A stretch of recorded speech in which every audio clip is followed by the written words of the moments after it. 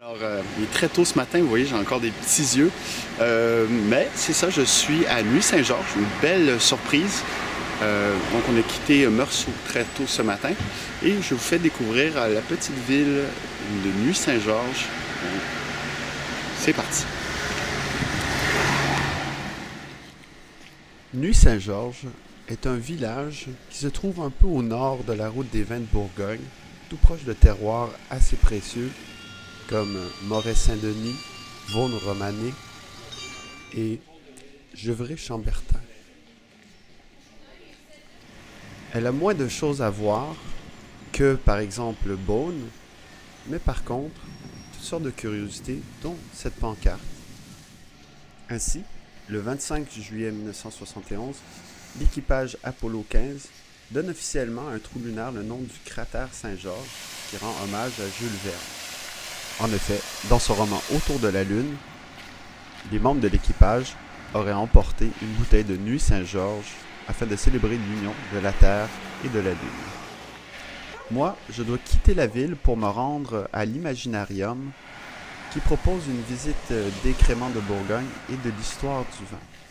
Je suis donc bien en dehors des limites de la vieille ville, je traverse même des endroits industriels. Me voici en train d'entrer dans l'Imaginarium. La visite me coûte 8 € et comprend un spectacle sur l'histoire du vin, une exposition sur l'écrément, ainsi qu'une petite dégustation. Un hommage aux vignerons et vigneronnes d'hier et d'aujourd'hui. Les outils que vous allez voir sont vrais. Ils portent les traces de milliers et de milliers de mains. Jusqu'au XXe siècle, le vignoble est planté en désordre. Le travail du sol est effectué à la main. Le PQ est utilisé dans un sol caillouteux, très en pente. Son maniement est pénible et en plus, il pique le cul. Le cheval, nouveau compagnon pour le vigneron, peut alors y pénétrer pour tirer la charrue. L'anticarrel, ça fait 15 sillons. Mais avec la charrue, la terre est retournée contre les pieds de vigne et ça les protège durant l'hiver. La serpe, emblème du vigneron, est utilisée pour tailler la vigne depuis l'Antiquité. La taille de la vigne, c'est l'art du discernement et de l'équilibre. Et la qualité de la récolte future en dépend. La grêle est redoutée de tous les vignerons. Le marquis de Chevrier, officier de marine, remarque que le tir des canons en mer dissout les orages. Et les canons grélifuges vont apparaître dans le vignoble.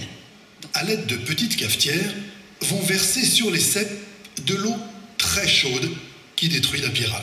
En 1874, Jules Planchon à Montpellier et Victor Pulliat en Bourgogne du Sud préconisent le greffage de plants traditionnels sur des plants américains. En Côte d'Or, c'est un panier en osier. Chez nous, en Côte de Nuit, mon papa utilise parfois le bénat. Ruisselle est l'outil du vin le plus chargé de symboles.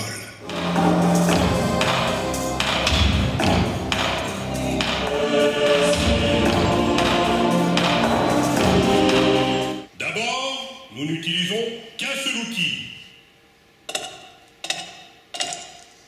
La doloire. Les équerres et les règles. Les gabarits pour contrôler la forme des douelles.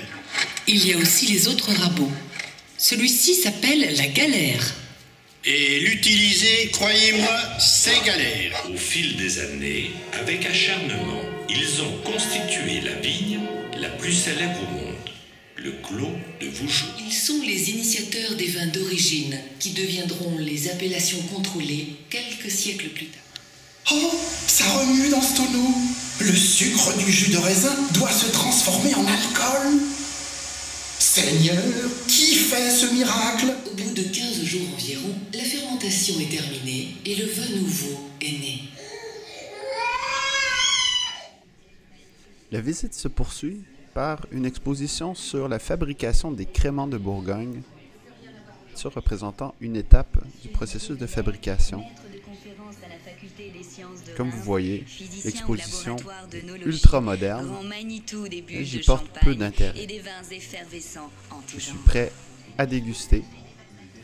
Au revoir.